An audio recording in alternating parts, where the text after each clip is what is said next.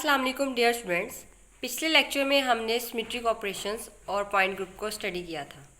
आज के इस लेक्चर में हम देखेंगे कि हमें अगर कोई मॉलिक्यूल दिया हो हम उसके पॉइंट ग्रुप को कैसे आइडेंटिफाई कर सकते हैं।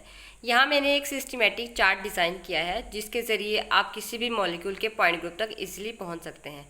लेकिन पॉइंट ग्रुप तक पहुंचने के लिए सबसे पहले जो हम बेसिक रिक्वायरमेंट है कि हमें मॉलिक्यूल की सिमेट्री एंड ज्योमेट्री का पता होना चाहिए कि आइदर वो मॉलिक्यूल लीनियर ज्योमेट्री रखता है या वो मॉलिक्यूल नॉन लीनियर ज्योमेट्री रखता है। अगर तो मॉलिक्यूल लीनियर होगा तो हम फर्दर क्या देखेंगे कि उसके अंदर सेंटर ऑफ इन्वर्जन प्रेजेंट है या नहीं है।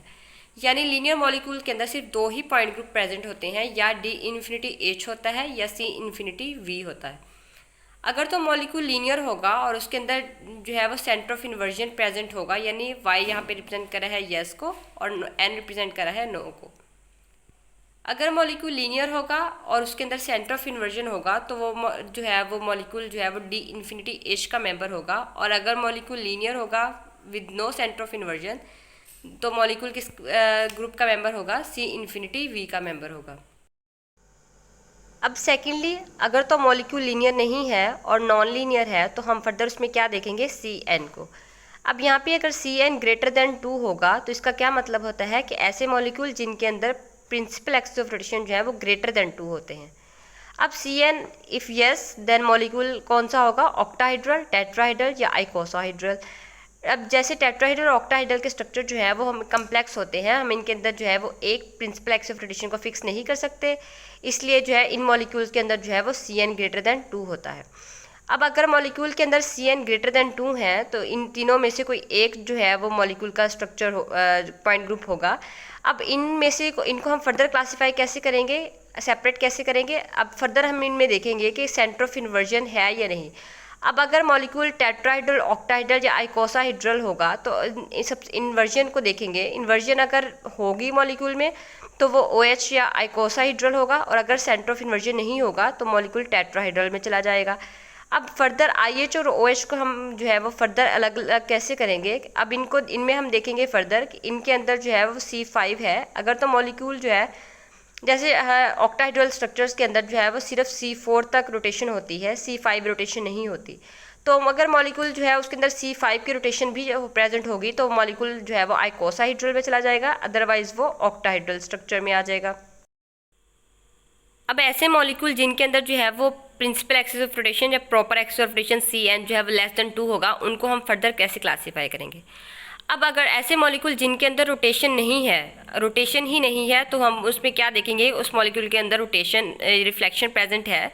अगर तो उस मॉलिक्यूल के अंदर रिफ्लेक्शन प्रेजेंट होगी तो हम देखेंगे कि वो CS पॉइंट ग्रुप का मेंबर होगा, और अगर रिफ्लेक्शन नहीं होगी तो फिर हम देखेंगे उसमें इन्वर्जन है। अगर इन्वर्जन भी नहीं है तो वो C1 पॉइंट ग्रुप का यानी आइडेंटिटी होगी उसमें सिर्फ, और अगर उसके अंदर इन्वर्जन प्रेजेंट होगी तो वो CI का मेंबर होगी। यानी ऐसे मॉलिक्यूल जिनके अंदर रोटेशन नहीं है तो उनको हम जो है वो CS, CI या C1 पॉइंट ग्रुप में क्लासीफाई करते हैं।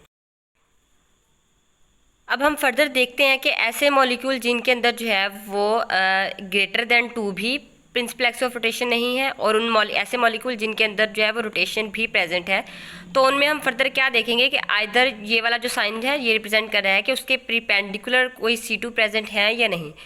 ऐसे मॉलिक्यूल जिनके अंदर जो है वो रोटेशन प्रेजेंट है, एक ही प्रिंसिपल एक्सिस ऑफ रोटेशन है और उसके प्रीपेंडिकुलर C2 प्रेजेंट होंगे तो वो डी ग्रुप का मेंबर होगा, और अगर उसके प्रीपेंडिकुलर C2 प्रेजेंट नहीं होंगे तो वो C ग्रुप का मेंबर होगा।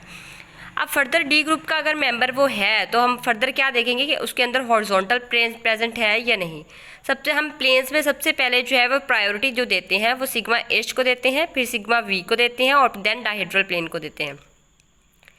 अब डी के अंदर जो है वो सिग्मा V तो होती ही नहीं है, DNV कोई पॉइंट ग्रुप नहीं होता, DNH या DND पॉइंट ग्रुप होता है। अब अगर डी का मेंबर है तो सिग्मा H को देखेंगे, सिग्मा H अगर प्रेजेंट होगा तो वो DNH में जाएगा, और अगर सिग्मा H प्रेजेंट नहीं होगा तो हम फर्दर डायहेड्रल प्लेन को देखेंगे। अगर डायहेड्रल प्लेन प्रेजेंट होगी तो वो DND में चला जाएगा, और अगर नहीं होगी तो वो DN पॉइंट ग्रुप का मेंबर होगा। इसी तरह अगर प्रीपेंडिकुलर C2 नहीं है तो वो C ग्रुप का मेंबर है। अब C ग्रुप में सबसे पहले हम हॉरिजॉन्टल प्लेन को देखेंगे। अगर हॉरिजॉन्टल प्लेन प्रेजेंट होगी तो वो CNH का मेंबर होगा, अदरवाइज हम सिग्मा V को देखेंगे। जिस तरह डी में कोई D N V point group नहीं होता, इस तरह सी में कोई C N D point group नहीं होता। इसमें हम डी पॉइंट ग्रुप में हम सबसे पहले हॉरिजॉन्टल प्लेन के बाद जो है वो डायहेड्रल प्लेन को देखते हैं। सी में हम हॉरिजॉन्टल प्लेन के बाद सिग्मा वी को देखते हैं।